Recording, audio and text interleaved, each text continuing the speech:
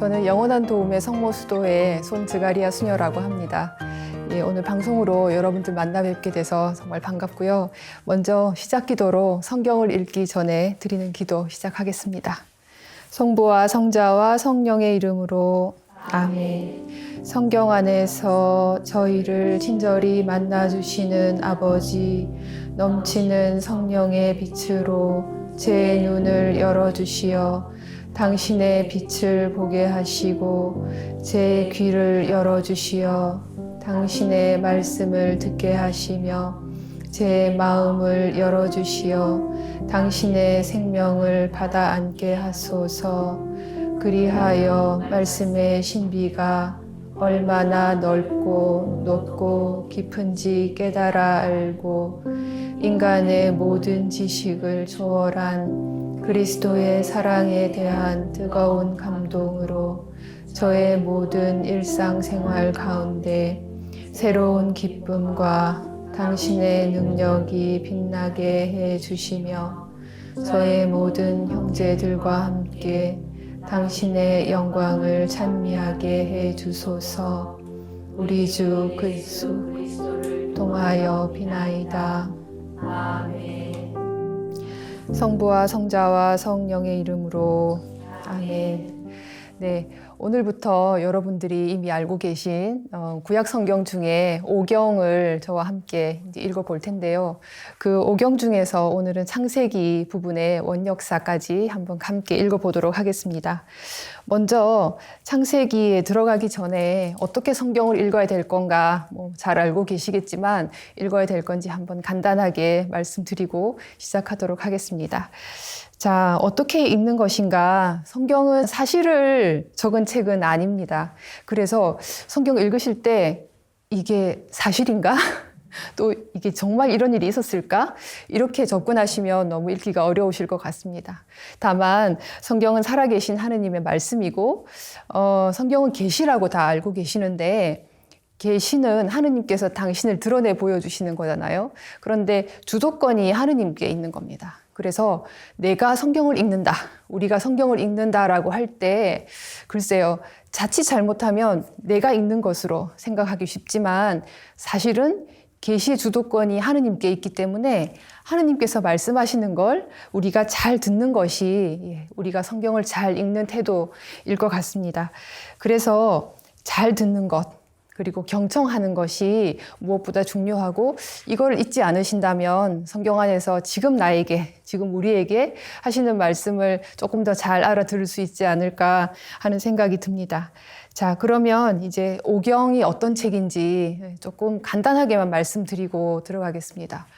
오경에 대해서 사실은 설명을 하자면 굉장히 양이 많아서 시간이 너무 부족할 것 같고, 다만 제가 오늘 말씀드리고 싶은 것은 구약 성경 안에서 오경이 가지는 위치에 대해서만 말씀을 좀 드리고 넘어가겠습니다.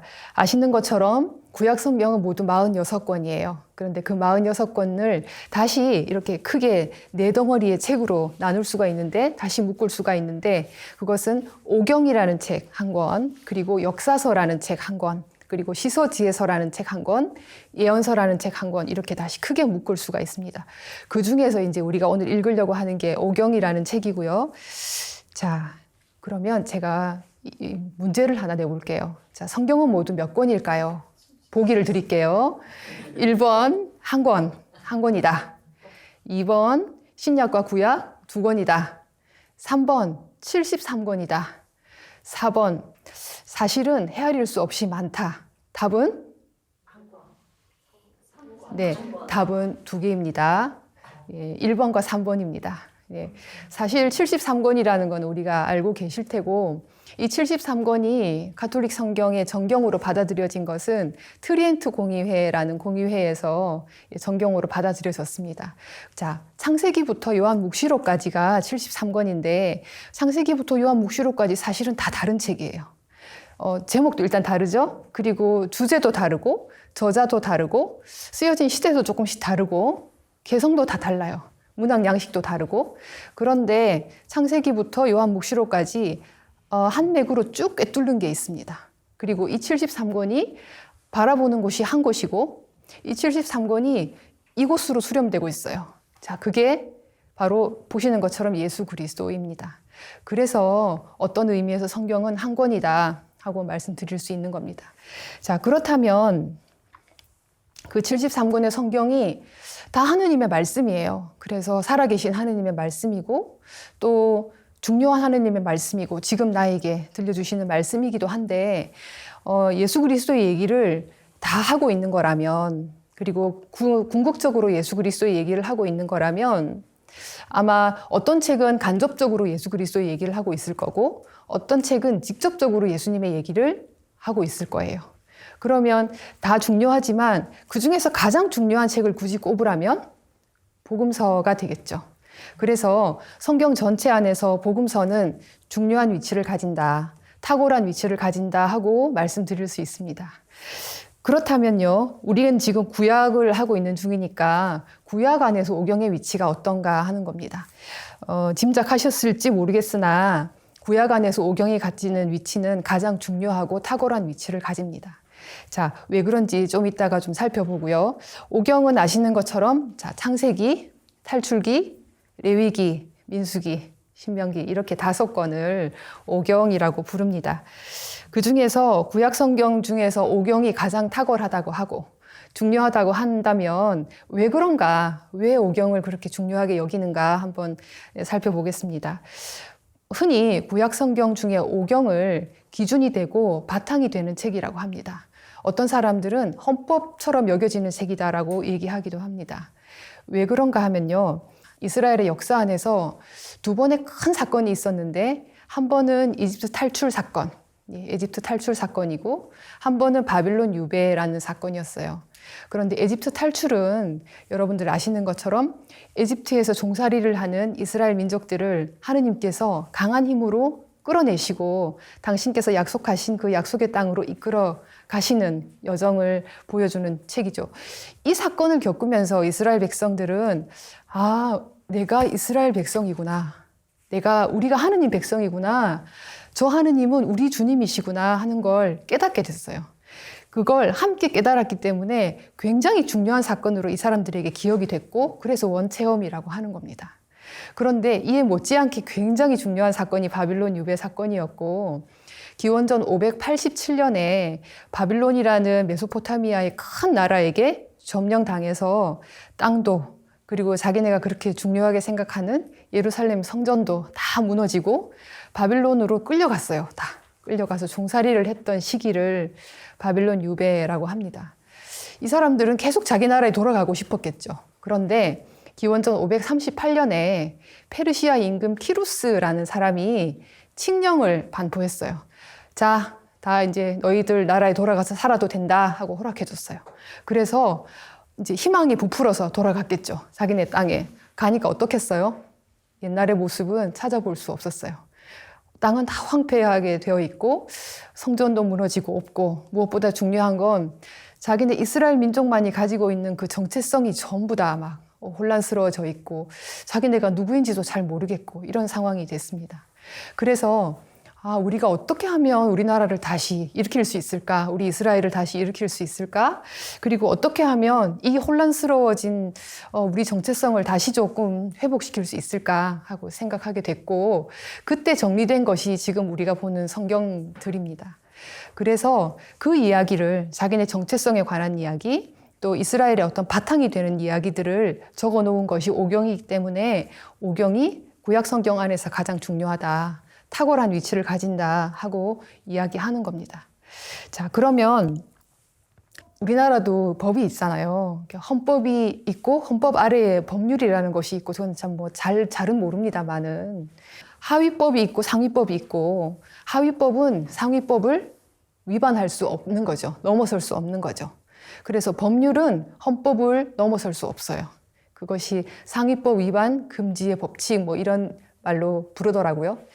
마찬가지로 오경이 이스라엘 민족들에게 헌법 같은 책이라면 그 구약 성경 안에서 나머지 책들, 역사서나 시서지혜서나 예언서나 이런 책들은 자, 오경을 넘어설 수 있을까요? 없을까요?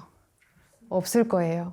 그래서 구약 성경 안에서 오경이 탁월하고 중요한 위치를 가진다라고 말씀드릴 수 있고, 성경 전체로 봐서는 복음서가 가장 중요한 위치를 가진다고 말씀드릴 수 있습니다. 다른 오경에 대한 이야기도 많겠지만 구약 성경 안에서 우리 오경이 가지는 위치가 어떤가 하는 것 정도 기억해 두시고 읽어보시면 좋겠습니다. 자, 그러면 오경이 전체적으로 어떻게 내용이 어떻게 구성되어 있는가를 좀 보겠습니다.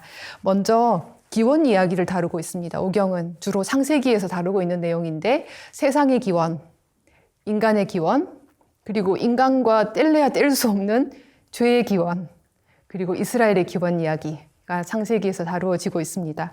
그리고 탈출기와 민수기를 통해서 이집트 탈출 이야기, 아까 말씀드린 것처럼 이 탈출 사건은 이들에게 아주 중요한 원체험이 되는 사건이니까 탈출 이야기를 중요하게 다루고 있고, 그리고 광야 여정 40년을 걸어가면서 주로 탈출기와 민수기에서 다루고 있는 내용인데, 이스라엘 백성도 되어가는 민족이었어요.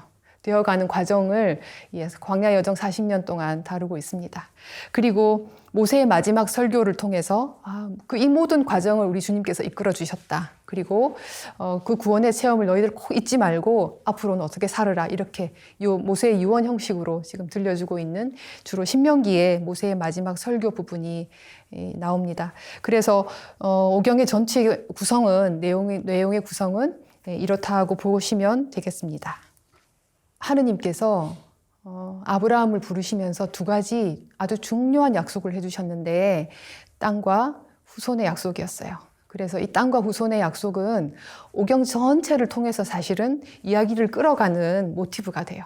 그리고 어쩌면 구약 성경 전체를 통해서 성취되어 가는 과정, 이 약속이 성취되어 가는 과정을 보여주는 것이 사실은 이 키워드예요. 그래서 땅과 후손이라는 이 키워드를 잊지 않으시고 오경을 시작하신다면 훨씬 이해하시기가 쉬울 것 같습니다. 자, 이 정도로 하고요. 창세기가 그러면 어떤 책인지 한번 보겠습니다. 창세기의 히브리어 이름은 브레시트라고 합니다. 이것은 한처음에라는 뜻인데, 그 고대 근동에는 어떤 책을 쓰고 그 책의 제목을 정할 때 첫 번째 나오는 단어를 그 책의 제목으로 쓰는 전통이 있었다고 해요. 그래서 브레시트라는 단어를 창세기의 제목으로 삼은 거예요. 히브리어 성경의 창세기 제목입니다. 브레시트, 한처음에라는 뜻이고, 이 히브리어로 된 성경을 그리스말로 번역했을 때 게네시스라고 책 제목을 적었다고 합니다. 그러면 게네시스는 시작, 족보, 생성, 탄생 이런 뜻입니다. 자, 우리가 책 제목을 딱 볼 때, 이 책 무슨 책이구나 하는 보통 아시잖아요. 그렇다면 창세기에 어떤 내용이 적혀 있겠구나 대충 짐작하실 수 있겠죠. 그러면 창세기의 큰 틀을 지금 이제 잡고 시작해 보시는 겁니다. 그래서 창세기는 시작과 기원에 관한 이야기가 들어 있습니다. 그러면 잘 알고 계시는 내용이겠지만 창세기의 구성은 크게 두 부분으로 나눌 수 있습니다. 1장부터 11장까지 원역사, 그리고 12장부터 50장까지 성조사로 구성되어 있습니다. 원역사는 세상과 인간과 죄의 기원 이야기입니다. 자, 1장이 주로 세상의 기원 이야기를, 어떻게 하느님께서 세상을 창조하셨는지 다루고 있고, 2장이 인간의 기원 이야기, 어떻게 하느님께서 인간을 빚어 만드셨는지 다루고 있고, 3장 이하가 죄의 기원 이야기, 또 죄의 확산 이야기가 다루어집니다. 우리 인간들과 실존적인 문제로 엮여 있는 문제죠. 죄라는 개념은. 그래서 죄의 기원 이야기가 3장 이하에 다루어지고 있고, 12장부터 50장까지 성조사의 이스라엘의 성조 이야기, 이스라엘의 기원 이야기라고 보시면 되겠습니다. 이렇게 다루어지고 있는데, 원역사는 바로 우리 조상들의 이야기, 구체적인 이야기가 아니라 조금 우주적이고 신화적인 내용들이에요. 그래서 멀게 느껴지지만 굉장히 보편적으로 받아들일 수 있는 이야기들을 다루고 있습니다. 자, 성조사는 이스라엘의 기원 이야기를 다루고 있는데, 이스라엘의 시조로 부른 사람이 아브라함이라는 사람이었어요. 그리고 아브라함과 그의 아들 이삭과 그의 아들 야곱과 또 그의 아들 12아들이 이스라엘의 기원이 되는 거예요. 그 이야기가 어떻게 시작되었는지, 또 그 사람들이 어떤 과정을 거치면서 하느님께 순종하고 믿음을 고백했는지, 이런 이야기를 다루고 있는 것이 성조사 부분이고, 이것이 12장부터 50장까지의 내용이 되겠습니다. 자, 그러면 성경을 좀 펴주시기 바랍니다. 자, 지금 방송을 보고 계신 분들도 함께 성경을 읽으시면 좋겠습니다. 창세기 1장 1절부터 한번 보겠습니다. 한 처음에 하느님께서 하늘과 땅을 창조하셨다라고 되어 있습니다. 말씀드린 것처럼 이 한 처음에라는 단어가 이 창세기의 제목이 될 만큼 사실은 창세기 전체를 다 포괄할 수 있는 말이 되겠고요. 특히 좀 기억하실 만한 것은 창조하셨다라는 단어예요. 이 창조하셨다라는 단어가 히브리 말로 바라라고 하는데 이거는 하느님께만 쓰이는 단어예요. 그래서 그러면 세상을 창조하신 것은 하느님만 하실 수 있는 일이구나. 그분만 하셨던 일이구나 하는 거 기억하시면 되겠습니다. 2절 땅은 아직 꼴을 갖추지 못하고 비어 있었는데 어둠이 시면을 덮고 하느님의 영이 그 물 위를 감돌고 있었다. 자, 영이라는 단어 여러분 잘 알고 계시는 루아흐라는 단어인데 영이 감돌고 있다 또는 하느님의 움직임이나 역동성 이런 것들을 나타내는 단어이고요. 자, 3절부터가 이제 첫째 날이 시작되는 겁니다. 주님의 창조 사업이 첫째 날입니다. 3절. 하느님께서 말씀하시기를 빛이 생겨라 하시자 빛이 생겼다. 하느님께서 보시니 그 빛이 좋았다. 그래서 5절에 보시면 빛을 낮이라 부르시고 어둠을 밤이라고 부르셨답니다. 자, 이거는 낮과 밤을 창조하셨다인데 이것은 시간을 창조하셨다라는 뜻이겠죠.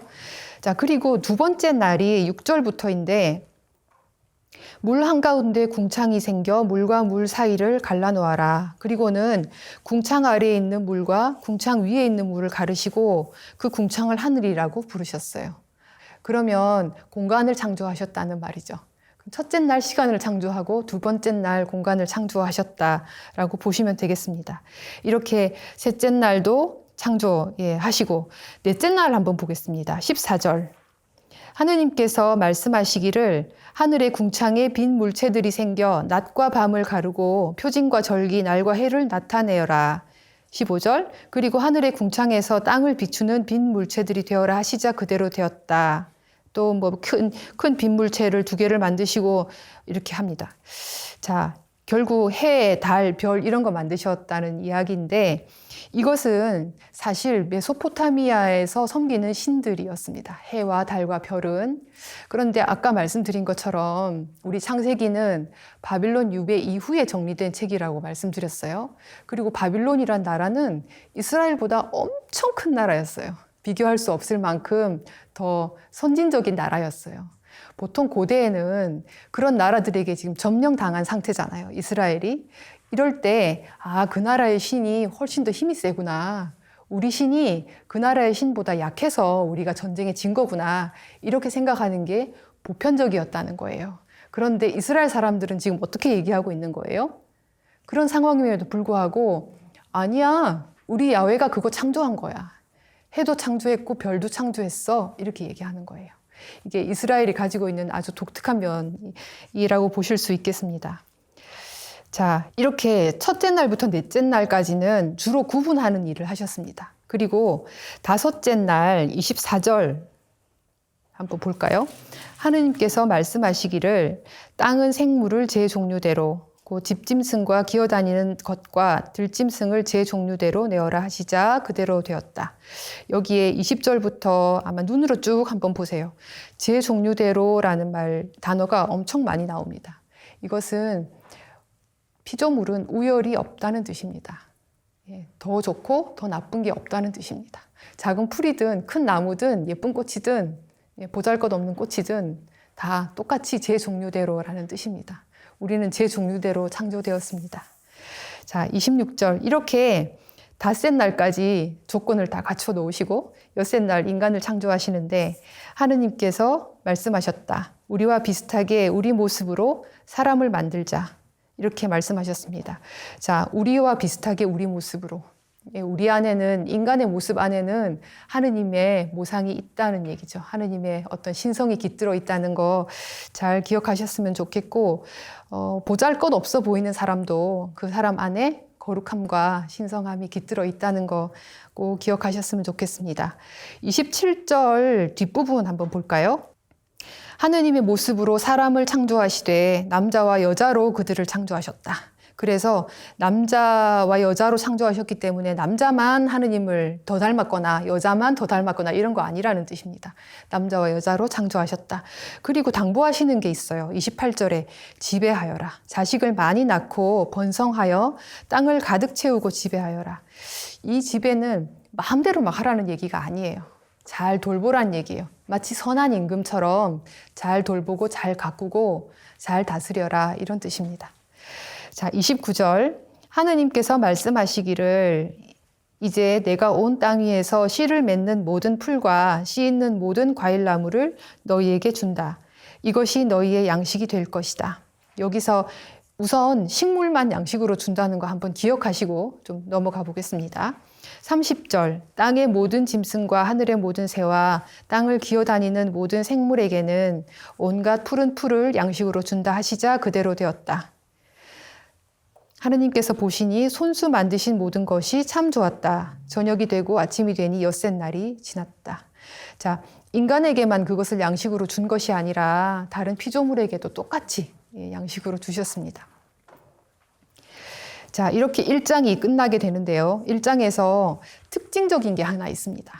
부정적인 말이 하나도 나오지 않아요. 아니다, 더 못하다, 안 된다 이런 말이 안 나옵니다. 하나도.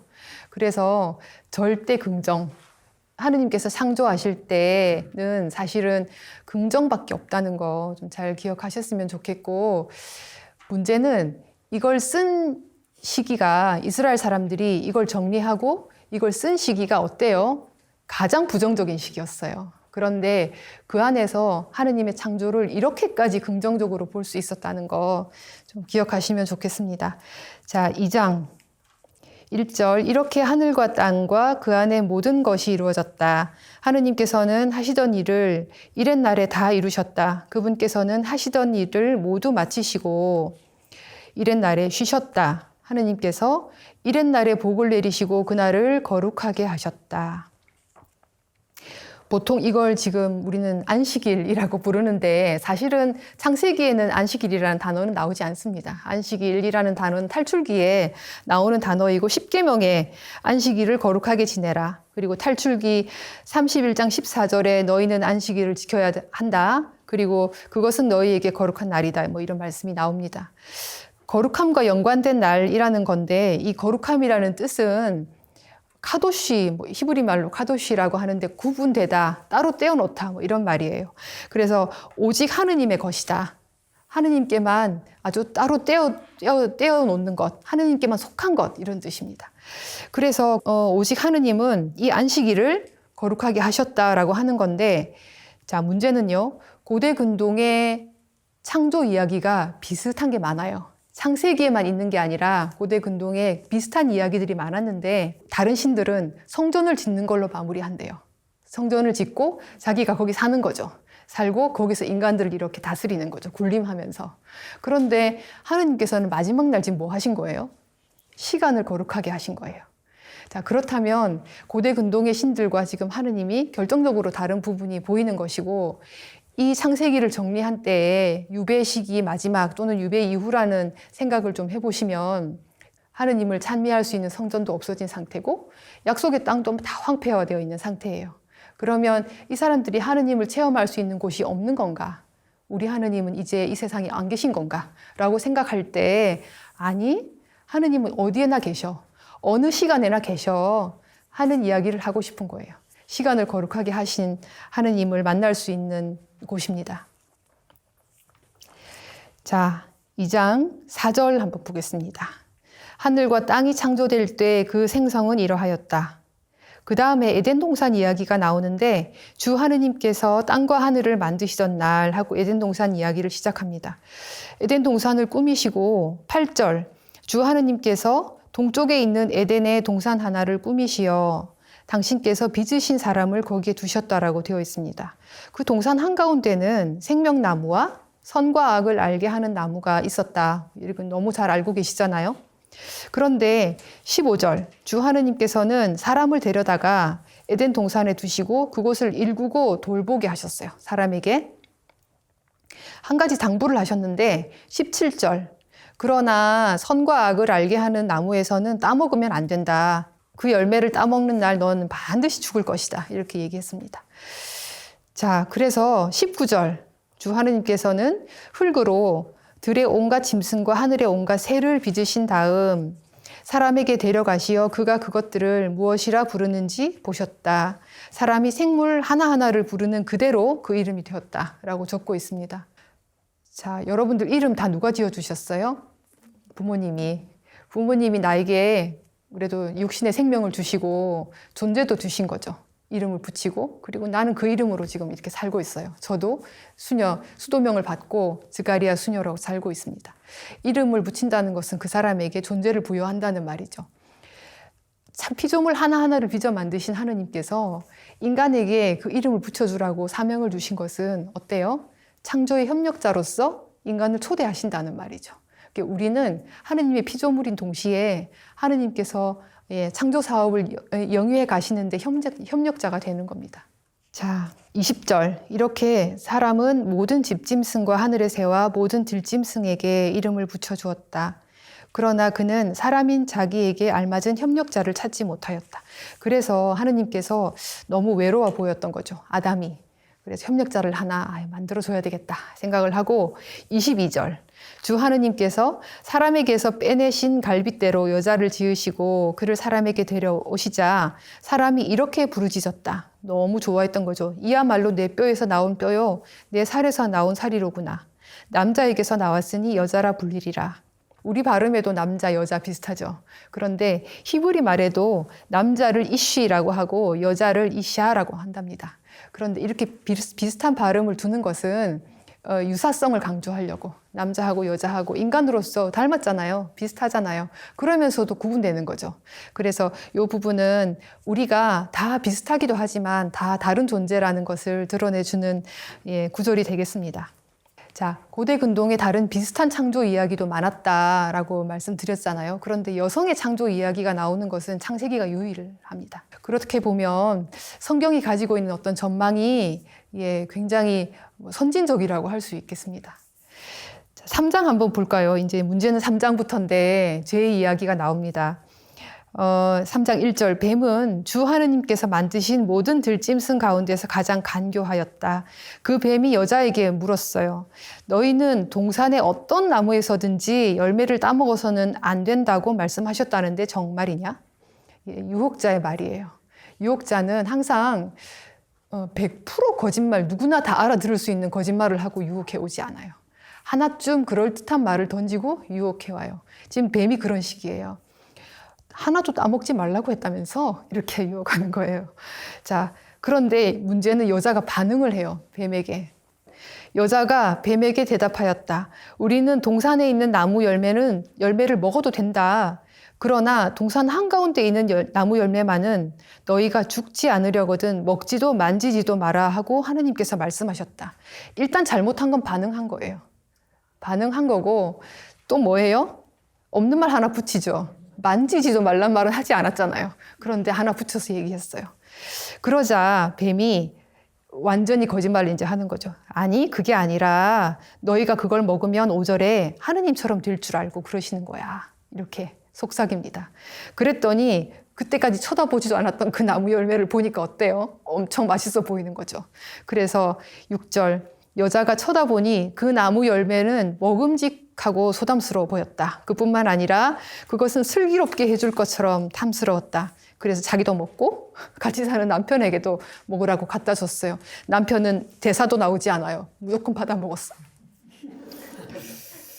자, 그리고 나서는 정말로 눈이 열려서 자기네가 알몸이라는 걸 알게 됐어요. 그리고 7절에 보시면 무화과 나무 잎을 엮어서 두렁이를 만들어 입었어요.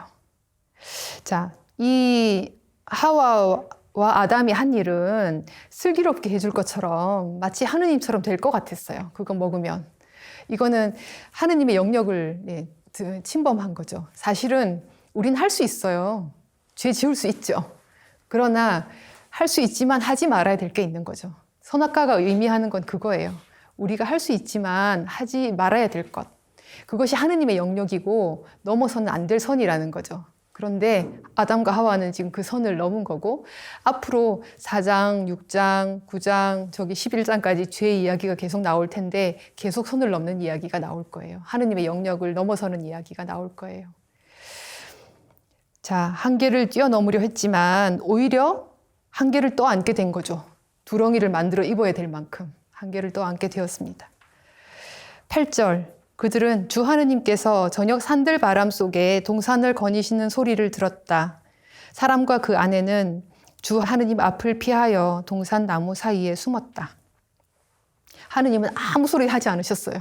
그냥 산들 바람 속에서 이렇게 거닐고 계시는데 스스로 숨었어요. 이게 죄의 결과입니다. 뭔가 숨고 싶은 거, 숨기고 싶은 거. 하느님께서 9절에 부르셨어요. 너 어디 있느냐 하고 부르셨어요. 10절에 대답하니까 동산에서 당신의 소리를 듣고 제가 알몸이기 때문에 두려워 숨었습니다. 네.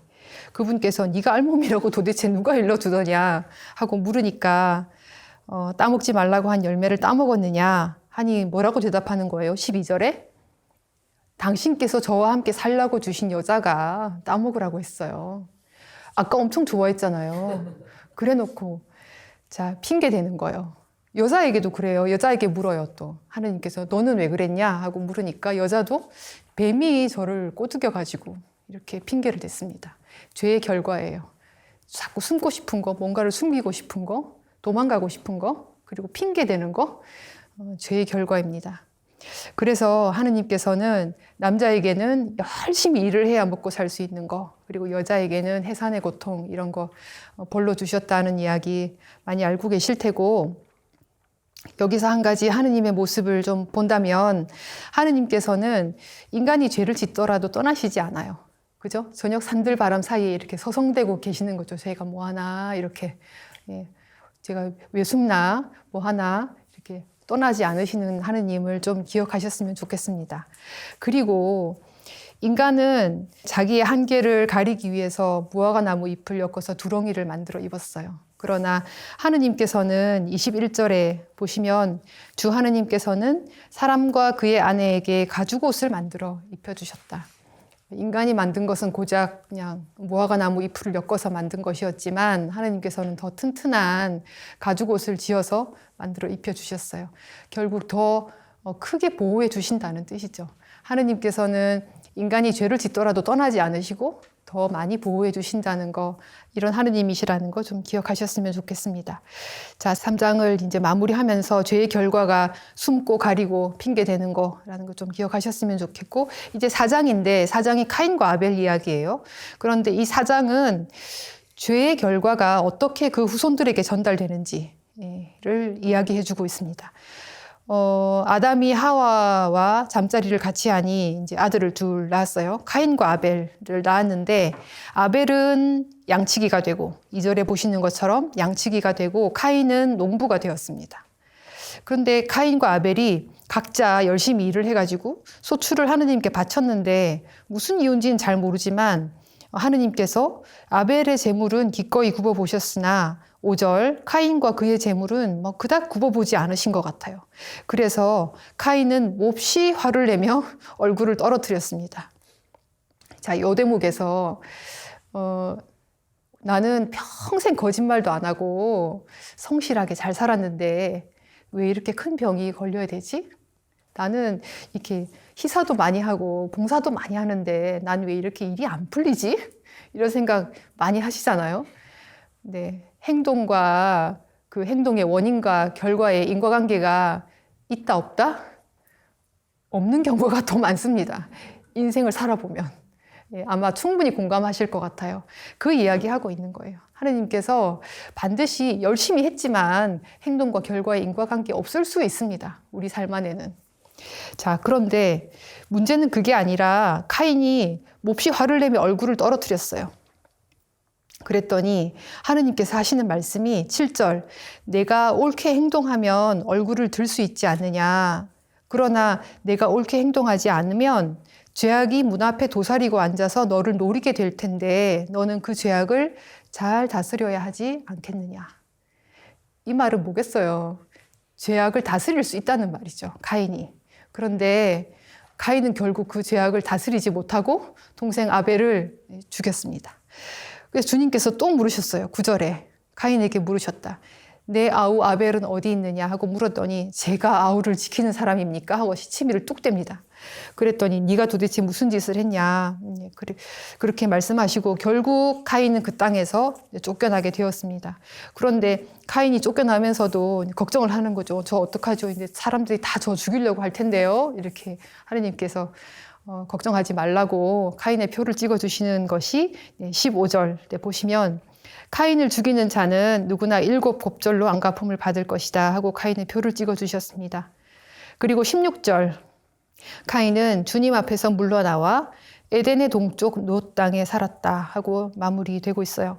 이 동쪽이라는 단어는 성경에서 생명을 상징하는 단어예요. 생명이 오는 곳. 그래서 성전의 문도 동쪽이고 뭐 이런 것들이 다 동쪽의 의미가 그래서 그렇습니다. 그렇다면 주님께서 카인의 생명을 지켜주신다는 이야기입니다. 동쪽에 살게 했다는 것은. 그 다음 17절부터 카인의 족보가 나옵니다. 이 말은 뭘까요? 카인이 지금 동생 아벨을 죽였잖아요. 그런데 카인의 족보가 나온다는 것은 후손의 약속을 하느님께서 지금 성취시켜주고 계신다는 뜻이 되겠습니다.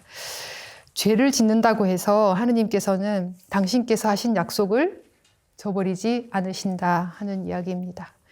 그 다음에 25절부터 셋의 족보가 이제 나오고 4장이 마무리가 되는데 이 카인의 족보와 셋의 족보를 마무리하면서 보시면 긍정과 부정이 좀 동시에 나타나는 거 보실 수 있습니다. 긍정적인 것은 생명이 계속 태어나는 거, 하느님의 어떤 약속이 지금 계속 성취되고 있는 거, 그리고 나름 문명이 진보하는 것처럼 보이는 거, 그리고 이스라엘 민족이 아닌 사람이 하느님의 이름을 부르는 것, 뭐 이런 것들은 긍정적인 면이 되겠습니다.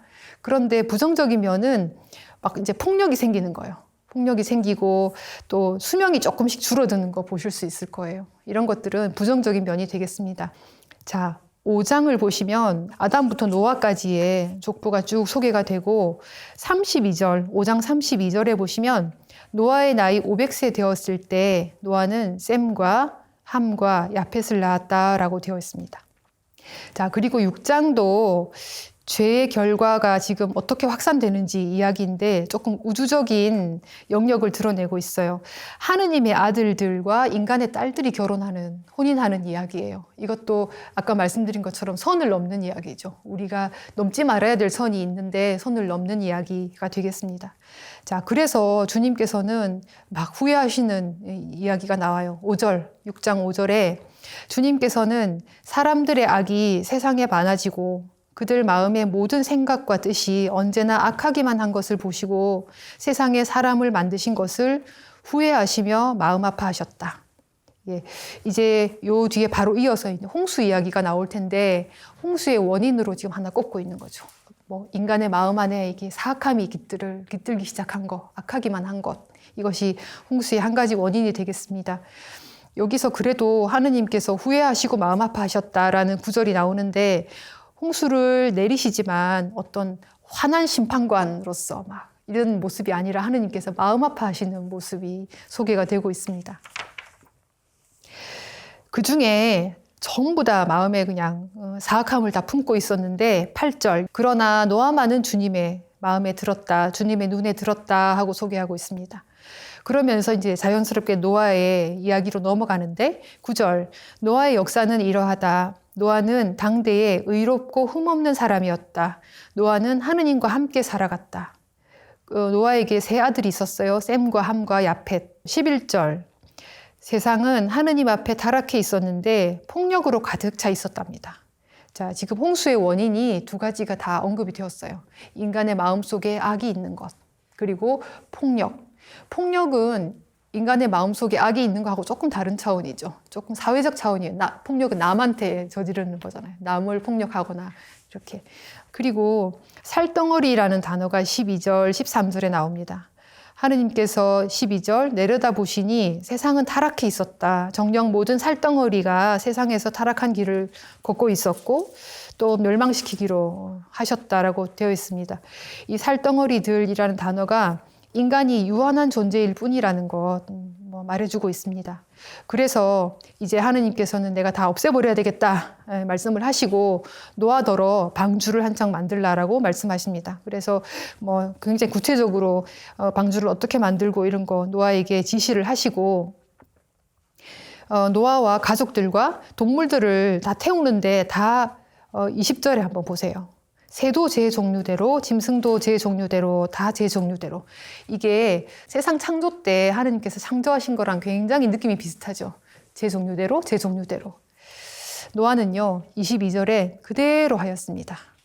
하느님께서 그에게 명령하신 대로 다 하였다. 굉장히 특이한 점이 있는데 노아는 대사가 한마디도 나오지 않습니다. 나중에 아브라함도 그래요. 거의 대사가 없습니다. 무슨 말일까요? 순종했다는 얘기죠. 하느님께서 말씀하신 그대로 다 했다. 자, 7장.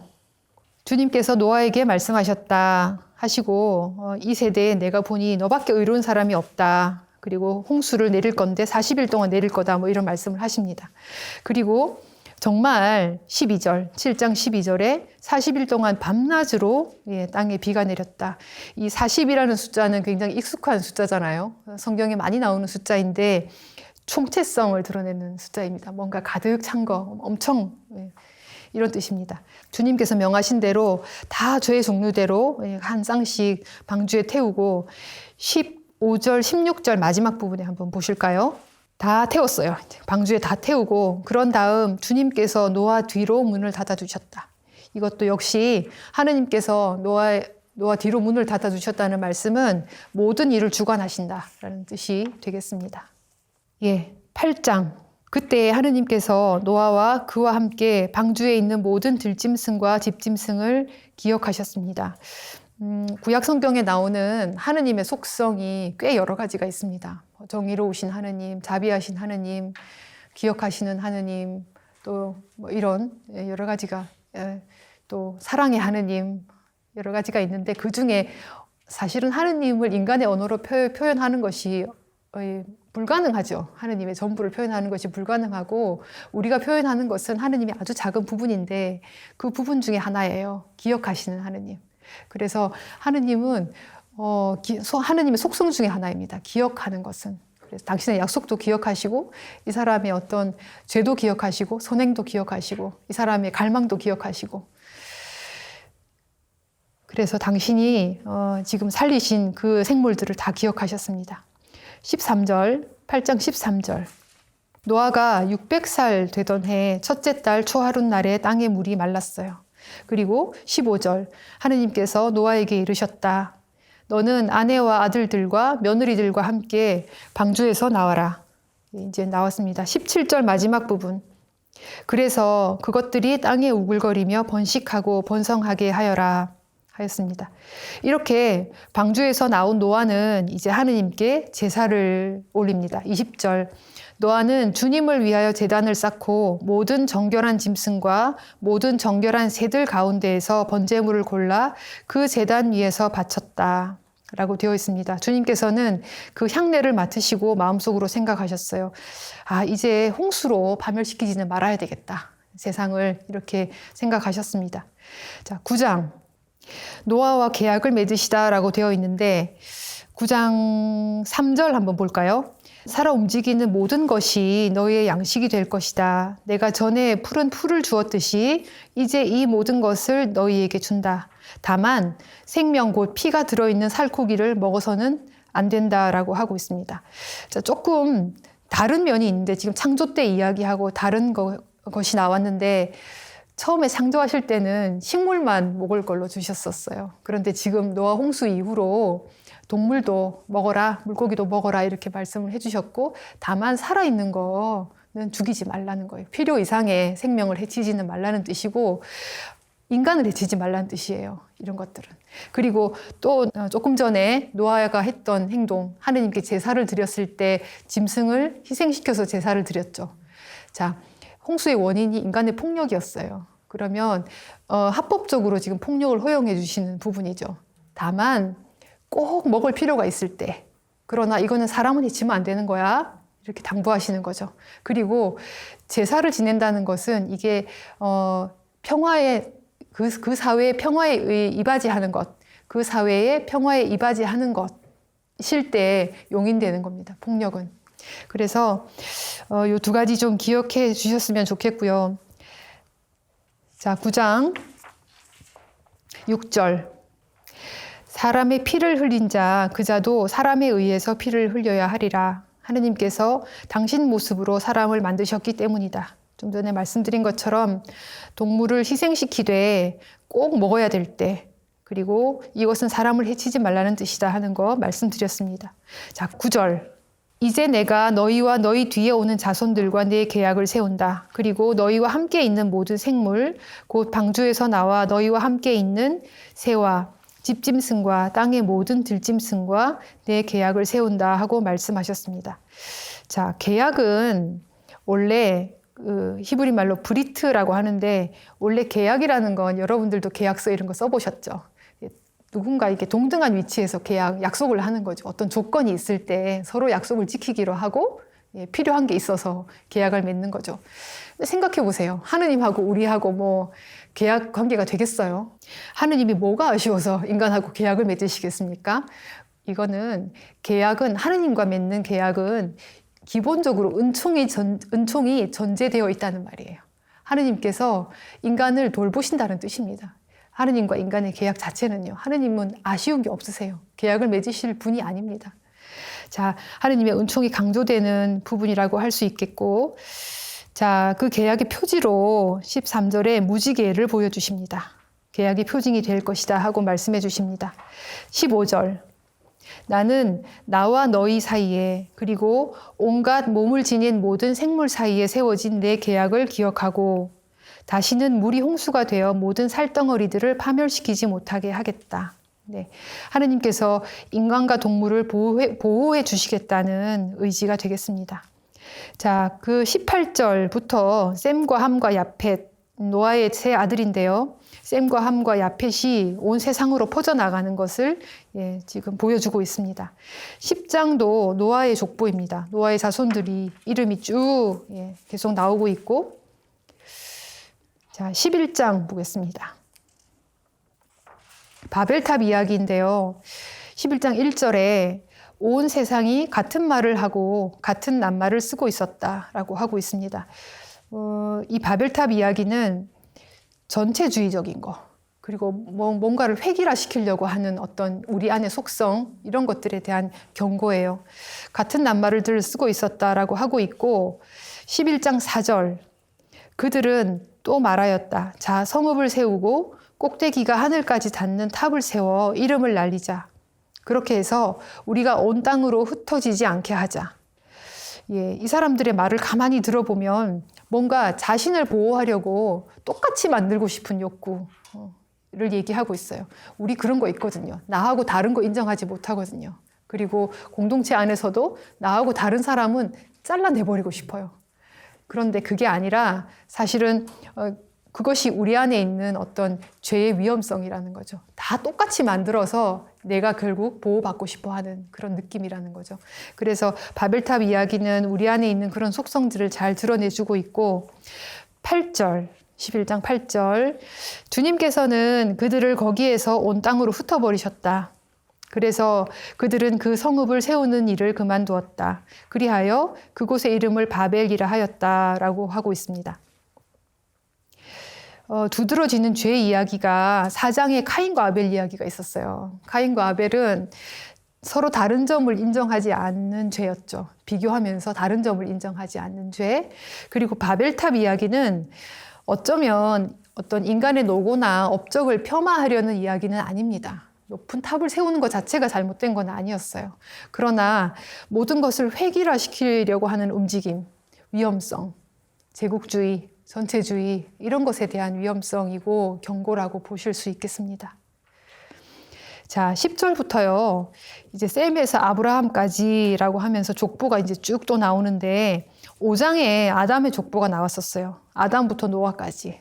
그리고 또 노아의 세 아들이 셈과 함과 야펫이었고 그 셈의 후손 중에 지금 이제 아브라함이 등장하는 거예요. 드디어. 그리고 12장부터 50장까지 성조사는 이제 아브라함부터 시작해서 그 일가 아브라함 가족의 이야기가 될 거예요.